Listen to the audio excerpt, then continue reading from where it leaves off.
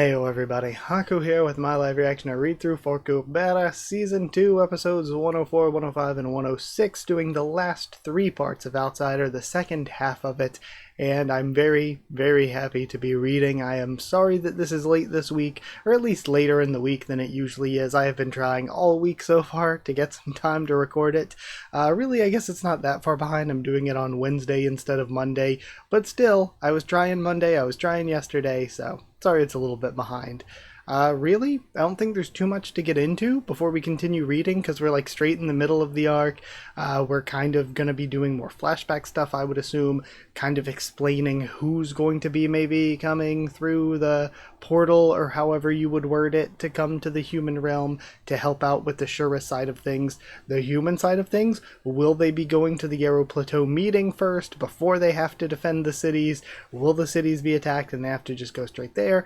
Not entirely clear yet, but I want to thank everybody for your comments, as always. Especially, there were plenty of comments that were clarifying things that were maybe kind of unclear or off in the translation. So for some reason, when Marina's talking about, bringing somebody over, bringing in reinforcements or whatever, the translation is worded kind of like Marina's the one doing it. For some reason, I was thinking, oh, Sagara must be doing... Why would I think Sagara was opening the portal, doing whatever? For some reason, I thought Sagara was the one doing it, because Marina clearly was like, I don't really know who's coming, or like acted like he didn't know who was coming or anything like that. I think it's going to be a surprise when his mentor gets here. I think if the mentor doesn't die in this flashback, the mentor is probably the one who's getting sent back here to him, or to help out. But yeah, I wanted to thank you all for clearing that up, because it was worded like it was Marina, even though I didn't get that misconception for whatever reason. But it's Kubera. God Kubera is the one doing it, because we've seen God Kubera being the one bringing people over from the Shura realm before. So of course it would be God Kubera. That just makes sense. And also, I asked last time, I was like, hey, do you all want me to start doing these as streams instead of continuing on as videos? And pretty overwhelmingly, people were like, no, continue to do them as videos, which, thinking about it more, looking at your reasoning behind it, I'm like, okay, maybe some very, very good decision making on your part, because the two biggest reasons I saw were, A, don't keep getting distracted. We want to see you talk about Kubera and react to the chapter, and, stay focused on the discussion here without, maybe losing your train of thought because of chat or going off on tangents because it's a stream. We want, the focus to be on Kubera and everything, the focus to be on the chapters themselves. But the other, huge reason that I think most of the people who were, longtime viewers that comment all the time were saying was, please don't take the chance of getting spoiled, especially at this part in the story. They were like, if you want to start streaming later, it might be okay, but don't take the chance of getting spoiled. And that's probably pretty smart. I mean, technically I could be spoiled anytime, whether I'm streaming or not, but streaming would kind of be the prime time when somebody would probably just get too caught up or too excited and do that. So yeah, makes sense. But yeah, I guess that's it. I just wanted to talk about those few things, and let's actually get into reading. Well, get into reading episode 104. I just thought I haven't pulled the blog post up yet, but I'll pull it up when I do my jump cut to go over to the blog post. Either way, let's start reading 104. The conditions to get to the next stage vary for each Shura stuck at a certain stage, but most of the conditions involve fighting. We see, this is kind of blurry, but it kind of looks pixelated. Rage, jealousy, survival instinct, destructive instinct, possessiveness, appetite, will to dominate, thirst for victory, showing off, revenge. And no matter what the conditions are, they all require experience and a key. For instance, let's say there's a Shura whose condition for developing is survival instinct, the most common one. This Shura will not grow as soon as his life is threatened. Threats applied to inexperienced Shuras are simply accumulated as experience. Once this accumulated experience reaches a certain point, they say that Shuras with stronger potential abilities require more experience. Any more experience would then be useless. I like that mention there, that that if you have more potential, like if you could be even stronger, then for you to develop would take even more experience than someone who wouldn't have the potential to be as strong. At this stage, the Shura requires an even more powerful experience than before in order to grow. We see level up. It's this moment of growth that we refer to as the key to growth. And I wonder if this is just, something I shouldn't be paying attention to, something that is only for the sake of demonstration. But I find it interesting that the demonstration is using green swirlies, which is usually Kubera's healing ability, right? When I grew to 3rd stage, apparently my aversion to losing Kalavinka was my key to growth. But the reason that that was able to be a key for me was because of the experience I accumulated before then. When are you going to grow up more, Marna? Am I going to end up growing first again? Oh, I wish I could smack her if he's hanging out with Shakantala. I was relatively slow getting to 3rd stage, but I wasn't in the worst situation.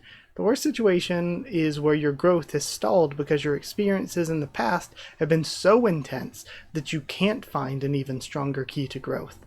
Shess from the Kanara clan is the most famous example of this. Since he's lived for so long, there's no reason for him to be lacking in experience, but because he's led such a dangerous life, he can't find a key to surpass his previous experiences and has been stuck at the 4th stage for an astronomical period of time, and they say he'll never grow anymore at this point. Since Shess has been a character that's been around for so long before we even got this information, that's making me wonder then if a part of the story is going to eventually get into maybe an experience that's that crazy for Shess that he develops. Conversely, Samfati, who reached the 5th stage in the shortest period of time in the history of the entire species, is a Rakshasa who's lived far more peacefully than Shess. Born as a fairly average girl to high-rank Gnostica parents, she spent a relatively quiet growth period for Ashura and reached 4th stage after 700 years, which is slightly longer than average. But her growth to 5th stage was different.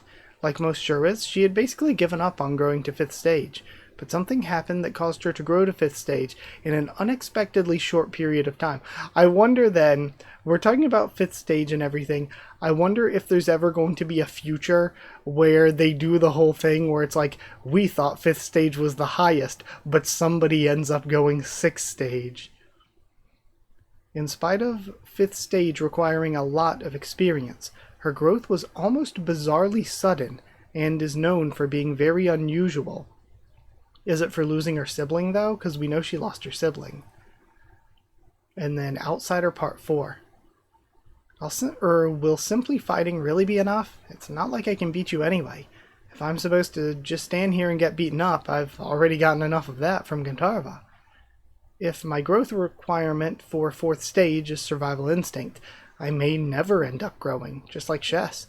It'd be easy finding a more dangerous situation it wouldn't be easy finding a more dangerous situation than letting Gandharva kick me around. You can't obtain experience or your key while in Shura form. You can only train for growth while in human form. You're allowed to take out your wings, though. She just completely ignores me, saying whatever she wants to say. Well, I know that much. Gandharva was already beating me up under the pretext of trying to make me grow, and he always said I had to be in human form. Since you've already taken a lot of damage from Gandharva, most experiences probably won't be enough for you. And judging by how long it took for you to reach the last growth stage, you seem to require a lot of experience, but you only have a short period of time. So I'm going to really go hard on you, right from the start. You won't have a chance to rest. What? How can I not even rest during training? Don't I need rest to recover? It looks like Gandharva didn't feel like using his transcendental recovery skill on you. From now on, you'll only be able to rest when I run out of vigor and can't restore your health. So Gandharva was beating him up, letting him rest and recover, beating him up again, instead of healing him. But she is going to make the time limit much make the time frame much smaller, since he has a smaller time limit, by just beating him up, healing him, beating him up again, instead of just waiting for him to heal on his own. What? And then he gets nailed by an attack. Rakshasa 5th stage is better than previous stages in almost every respect, but the greatest difference of all is vigor. Not only does she have a high vigor capacity, but she even possesses the Gnostica feature, where she recovers vigor without eating. When I first started training, all I could do was get beaten up for over a month until Samfati ran out of vigor. So I guess it's kind of like a Rakshasa hitting 5th stage is like pretty much near, like you're not ever going to really be a Gnostica, but that's like the only way for a Rakshasa to like really kind of in some way at least reach that level. Even then, I'm assuming they're still not at the level of Gnostica generally, but it's the closest they can get. Now, I never thought I would actually miss the days when I was getting beaten up by Gandharva. I also realized that Gandharva actually went easy on me. But I really realized that there's a big difference in displeasure between getting beaten up by a Gnostica, who's naturally superior to me, and a king at that, and getting beaten up by a Rakshasa, who's really in the same class as me regardless of her stage. I'm seriously wondering whether sticking flowers in her hair like that is a way of saying, I'm nuts. He looks over to her. When you think about it, shouldn't beating someone up like this drive her as crazy as the one being beaten up? I don't really have a choice, but what about her? Isn't she sick of this? She's so pretty. I love her design so much. Plus, she hasn't said a word since we started training. That's it. At this rate, I'll end up collapsing from boredom, so I should try saying something to her first. Hey. So what color are your wings? I haven't seen... Wait, is this her speaking or him? I don't remember the box colors they were using for the two of them. Okay, so white is him. Okay, that's funny. He's like, I need to say something, and then immediately, so what? What color are your wings? I haven't seen them before. Are they black like the feathers in your hair? These are feathers from my dead sister. I see. Damn it, I should have just kept my mouth shut. She was beautiful when she smiled, but I can't remember her very well. It's only been 300 years, and yet my memories are already getting blurry. I can't possibly forget her this quickly. Do you know who did it? Yeah. Oh yeah? Then you must have avenged her. At your level, you could probably beat most Shuras. Nothing. Was the guy stronger than you? A Rakshasa in 5th stage from another clan? Or a Gnostica? Get up. You've been resting for too long. So again, it could have been a Gnostica, or it could have been herself. It could be herself, because of the way this is all worded. Or it could be a god, in which case maybe there's just like no hope from her perspective. Are you nuts? It hasn't even been 5 minutes. I've hardly even rested. Whack. That's another really funny panel. I love some of the comedy panels and chibi faces and designs that Kurigam does. Dad, just wait. As soon as I grow... Hurry up and grow then. She steps on him. At the time, Samfati was the most revolting, loathsome girl in the world to me. I had no other choice, because I had no idea who her enemy was. And I could not even begin to guess how she would have felt as training me. So I wonder then if her enemy is potentially his father, potentially Garuda? Again, there's so many options that I would be like, oh my god, that's a reveal, that makes sense, that's really good writing. There's so many reveals that I think would work really well for who it is. I had no idea you had such a hard time growing, and we're back to the present day with Marna and Yuta. That's not the important thing here. You hid your real name and joined the Garudas under the fake name, Chitayu. And you and Kalavinka will die if I don't grow.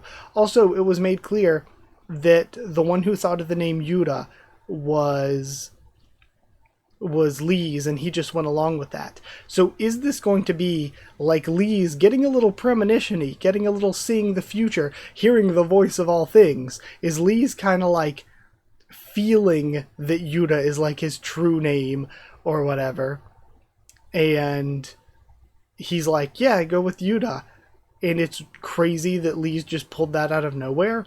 Or is his real name potentially, does he have the power of the name?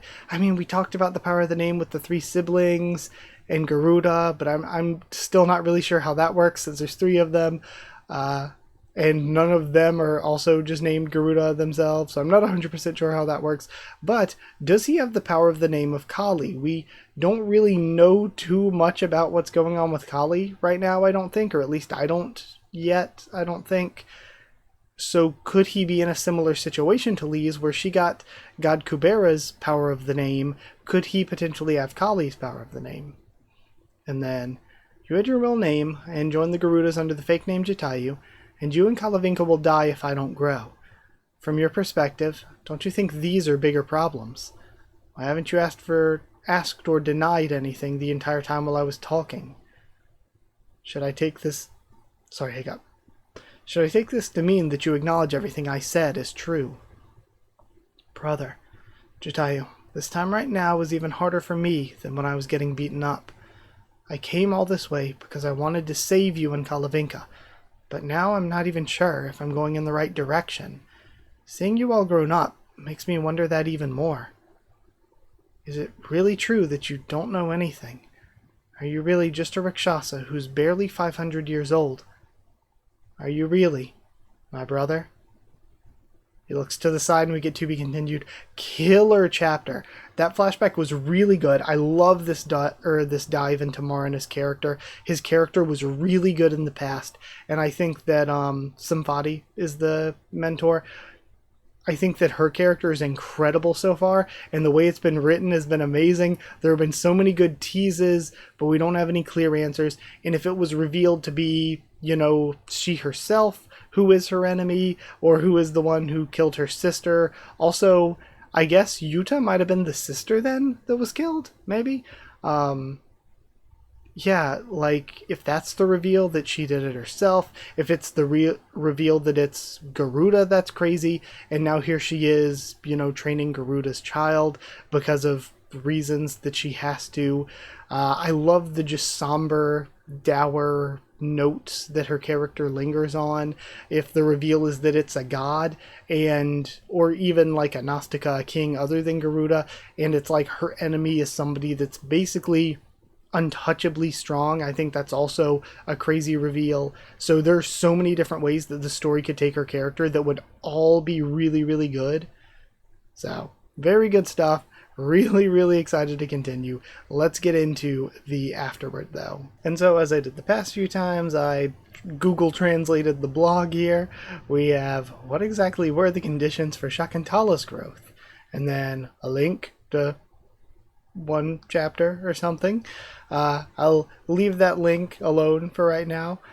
Marina has a transcendental skill that turns the sky red, but if you use it in Shura, the sky will turn blue, right? Okay, so Shura Realm, I'm assuming. As you can see, Samvati has transcendental moments where the sky turns yellow. The sky of Shurato, I guess the Shura Realm maybe, is no exception. Then Marina's passion, got it. And Marina second stage is 157 centimeters. Yuta second stage is 160 centimeters. Okay, so Yuta's taller in the second stage.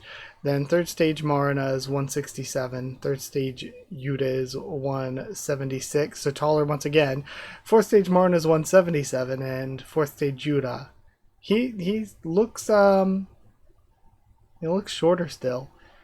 But then, some people are so worried that Yuta should stop at stage 3. Then, a work that participated in What If has been published. I'll write a proper review of What If later.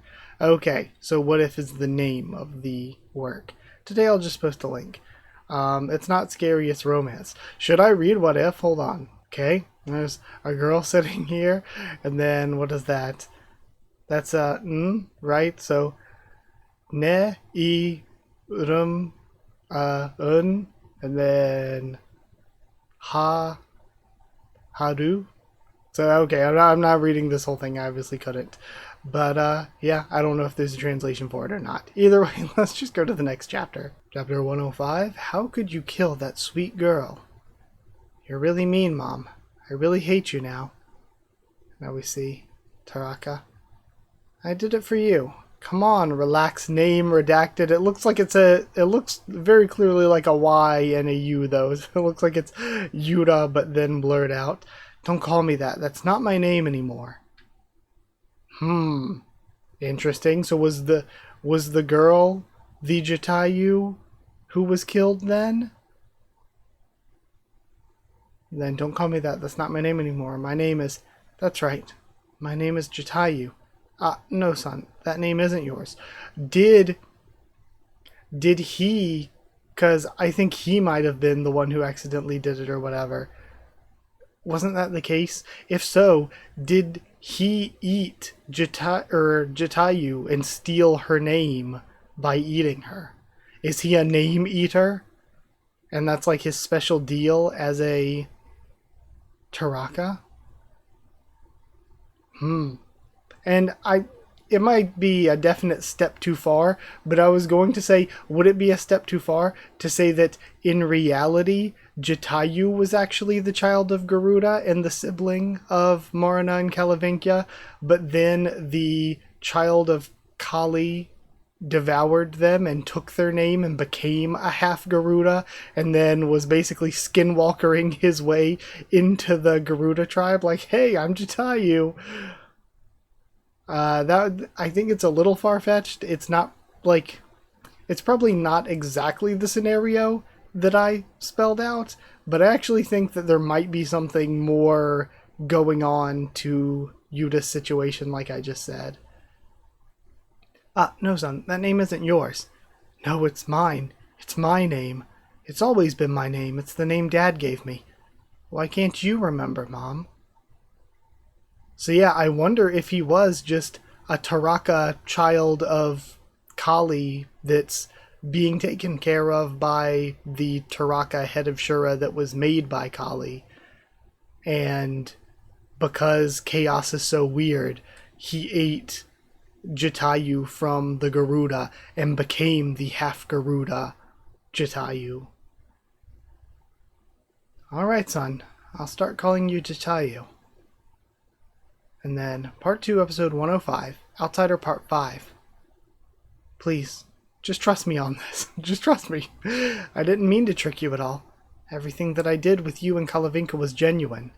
So again, he was raised with them, but I think, is he not actually their brother? Garuda was just kind of playing into it, even if maybe the real Jatayu wasn't Garuda's child.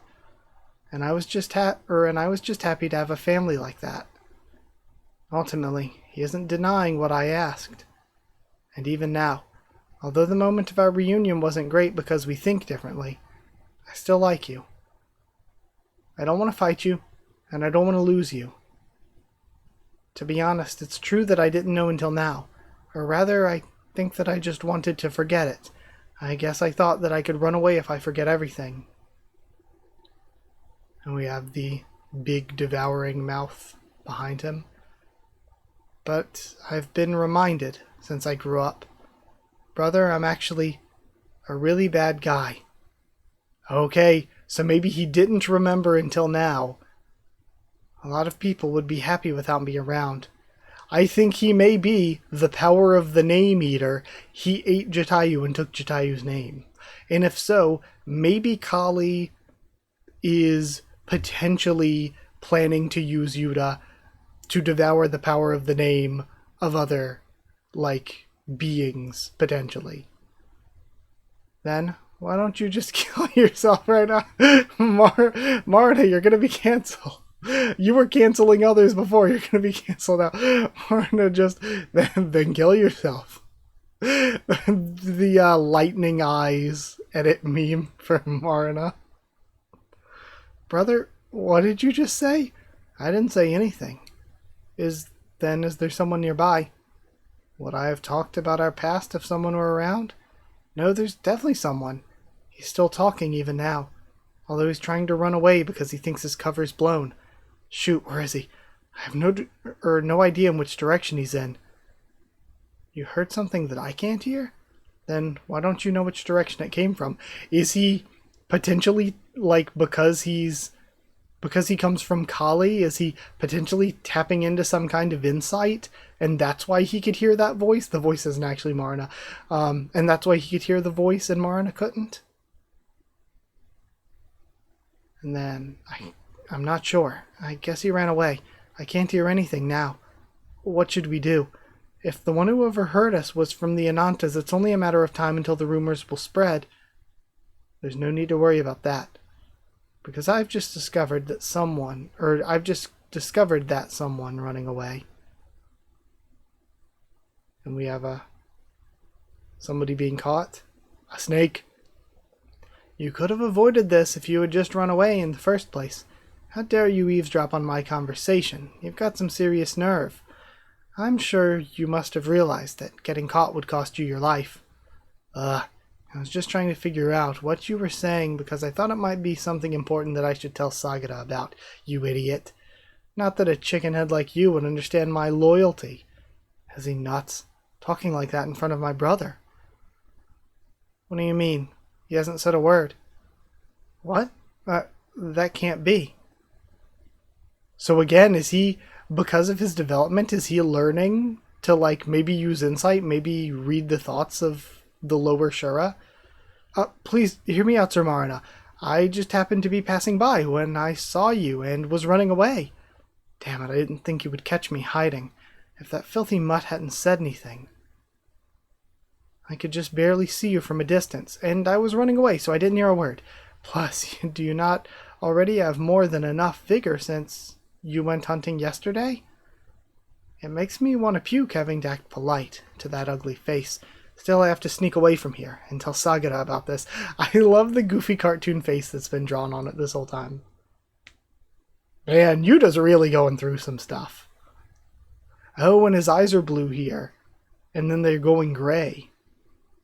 Or going back to their normal color, at least. So when he's using his blue eyes, is he tapping into insight? And maybe that's what's happening when his eyes have been turning blue this whole time. Is that he's been tapping into insight without noticing it, but now is the first time he's noticing it because it's the first time he has somebody else to compare his experience beside, because he can compare his experience beside Marna's experience, and only one of them is able to hear this. It'd be a waste to devour me when you already have such sufficient vigor. There's a limited number of high-rank Anantashuras like me on this planet. Wouldn't it be better to hunt when you need to? You're not wrong.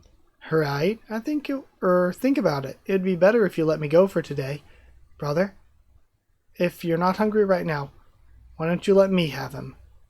What? Wait. Sure, I didn't want to just let him go. I didn't want to just let him go. If you want to eat him, go ahead. Thank you, brother. The face. You should have just let my brother eat you. Filthy mutts like me have some very nasty eating habits. Now we're seeing Pingata and Hura. Wow, has Marana been hunting yesterday and today? I feel bad for you guys, having to just sit here and watch. You guys are just food to him. You're trying to console us or trying to start a fight, says Cloche. Anyway, I just hope the guys they call here this time aren't the type who eat everyone up like that. At this rate, we'll end up dying as prey before we even get to do anything. Don't worry, Sagara said. The reinforcements they're calling over here this time recover vigor without eating anything.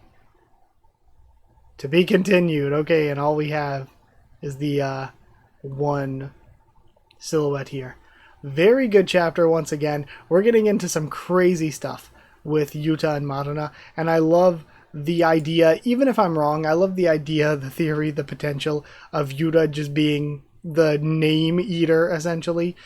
And also we're getting deeper into the fact that he might not be like actual blood brother to Marana, but there's something, at the very least, again, whether my theories or guesses on it are wrong or not, we're getting into some like deeper stuff with Yuta, where Yuta was already a complex character, but is deeper than even we were already being told. So very good stuff. Let's go check out the afterword. The afterword this time says it's been a long time since Kalavinka came out. I don't know if I can call it a come out, because I guess just the one flashback little panel.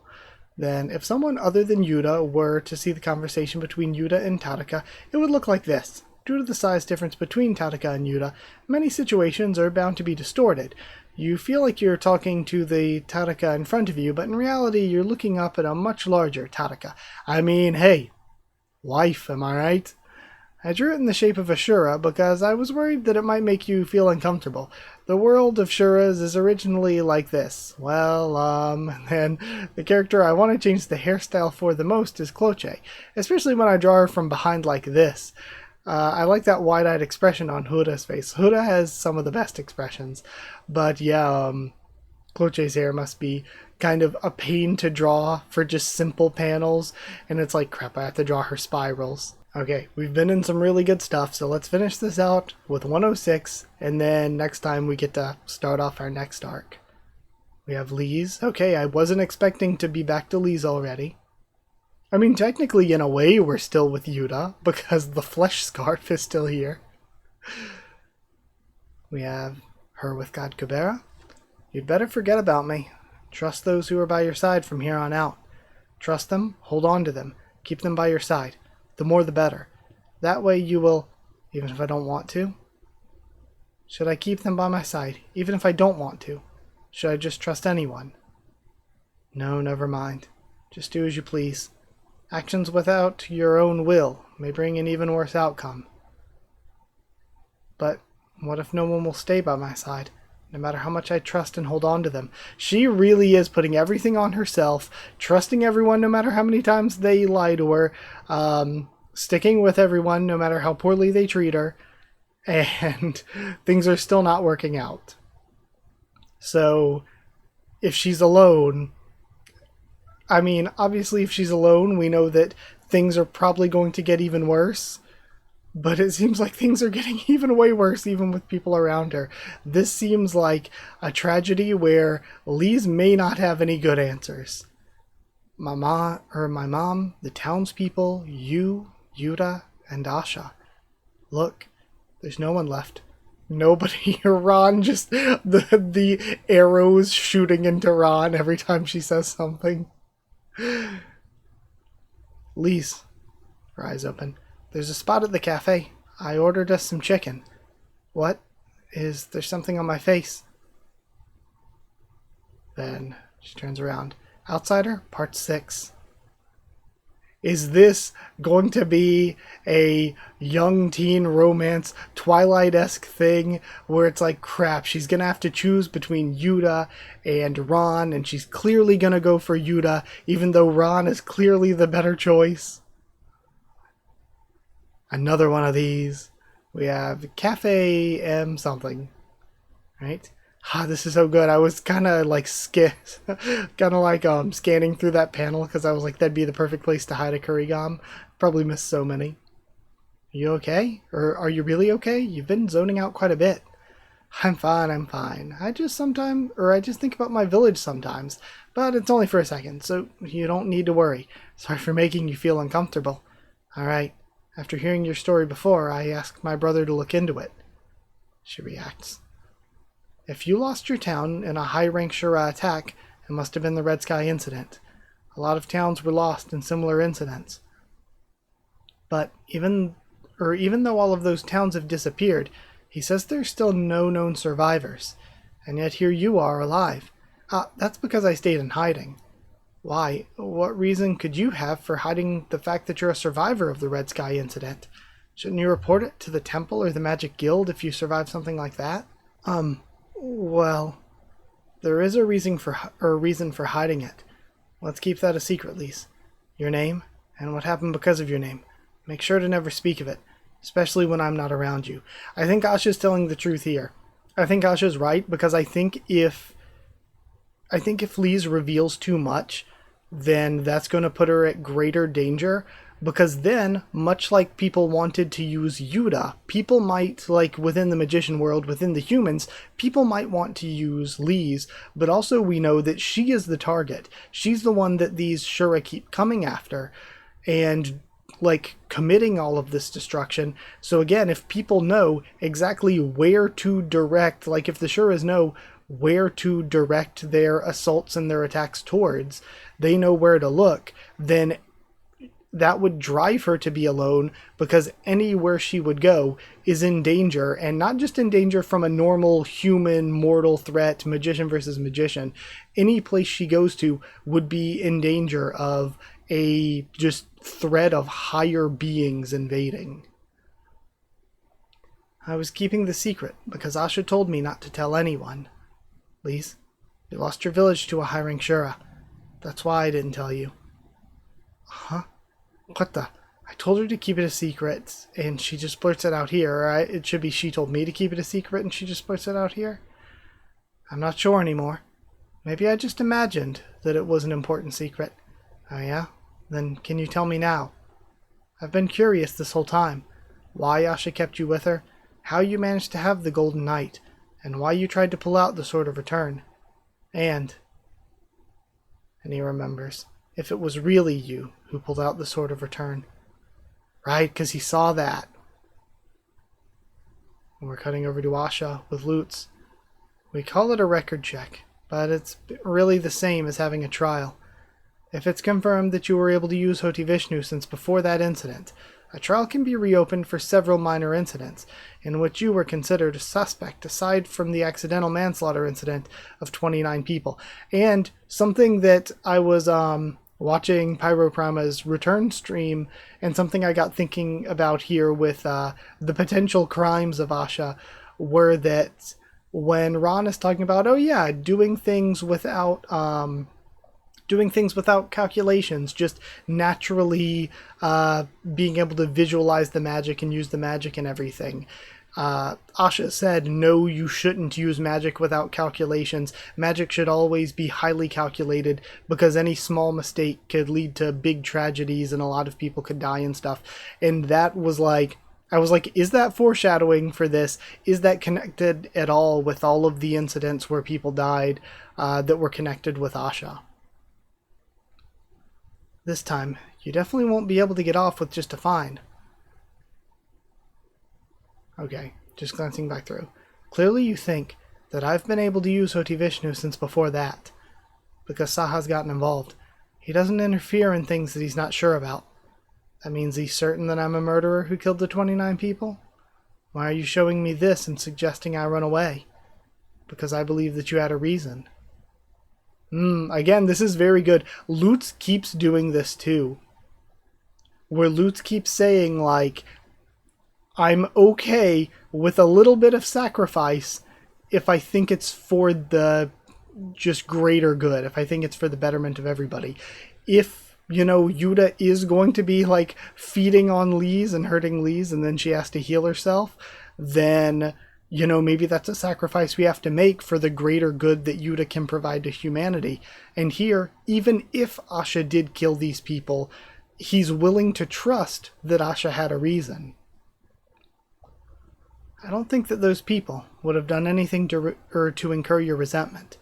Not only were they just regular people and not magicians, but they were just children who didn't even know who you were.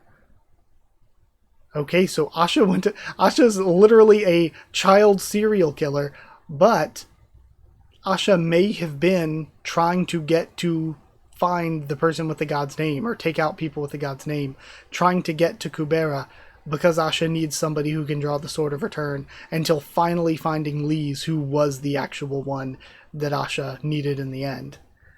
But I also don't think that you're a murderer who would kill people for your own satisfaction. There clearly must have been some kind of unavoidable circumstance. An unavoidable circumstance. Maybe you're right. But intentional magic murder is a crime, which cannot be justified in any way. You're already well aware. I think so too, of course. We can't justify your crime, Asha. But you risked your life to maintain the barrier around Atera during the attack last October, and you were sick for almost a month. In spite of being perfectly capable of running away on your own, you sacrificed yourself for the citizens. I believe in your abilities and spirit of self-sacrifice, so I'm trying to protect you, even if it means covering up your past. This isn't some petty goodwill or act of kindness. It's for the sake of the majority. And we're cutting back. Man, Lutz is such a good character. Why are you hesitating? If there's no reason for you to hide it, can't you tell me? But, listen, do you remember what happened that time in the restaurant? When you said that you were sad that Asha, me, and everyone knew except you? Of course, that was my mistake, since I made that disgusted face when Asha asked about the high-rank Shuras. But that was because it reminded you of the one who destroyed your home. Weren't you upset? She's surprised. It's natural. In a world where it's natural for high-rank Shuras to be in the Shura realm, there was only one thing you could think of when you heard the word high-rank Shura. I think Asha understood or couldn't understand how you felt since she knows so much, but now she knows because I told her. Until now, I've just been standing by, watching. I figured that it would be better for her to talk to you directly and resolve it between the two of you. And she tears off and he's shocked. Don't cry. Why are you crying? I'm just grateful. What I was trying to say is that just like when you felt sad because everyone knew except you, it's the same for me. Don't you know that feeling? You're all together, but you feel out of place. You're not exactly sure what's going on, and you're not sure whether to get involved or just pretend you don't notice. That's exactly how I feel right now. If you understand how I feel even a little bit, could you tell me what you and Asha went through? I want to really know, so that I can help you properly. I'm not saying this for any other reason than simply wanting to help you, Lise. Outsider End. Next chapter, Last Resort. Incredible chapter. Holy shit, that was amazing. Both of these conversations were amazing. Asha's really good. The mystery is really ramping up. Lutz is incredible. Ron's incredible. And the way that they didn't just have this conversation and have Lise and Ron explain things, but they really built it up. They really drew it out. And they have built up this conversation so well to whether or not we're going to see her tell him about it. That was amazing. That said, though, I don't have a lot of time. I really need to hurry, so let's go read the afterword really quick. Alright, so afterward here, we have since Ron had already eaten, Lise ate all the chicken by herself. Then if you're looking for a Yuta scarf, look no further than this. Okay, it's folded on her lap. I didn't even notice. When these two talk, I sweat a lot as I draw. Because they all have fluffy collars. If I do a next work, I won't include the most handsome among blank setting. Seriously, that would kind of definitely nail down that person's looks as the best. Because they have to struggle to make them attractive as well. If I happen to draw another character that's better drawn, I have to intentionally change it to make it uglier. It's a headache to draw while keeping in mind who's more handsome and who's the most handsome and all that stuff. If I do a sequel, I'll just set up the handsome characters as just good looking. Doesn't matter who's drawn better. The peripheral chapter ends like this. It's up to you to decide who the bystander is. Could be Marina, Yuta, Lise, or Ron, or Asha. Okay, extremely good. I thought that was amazing. An insane set of 3 chapters. Wow, that was good. The first 3 last week were good. But these 3 are insane. I'm so excited to continue too, but I'll end things here. If you like the video, comment down there. Tell me what you thought of this week's set of chapters, my thoughts and reaction. Subscribe for more Kubera, much more on the channel. Follow on Twitter if you want. If you want a link to the Discord server, it's free and open for anyone.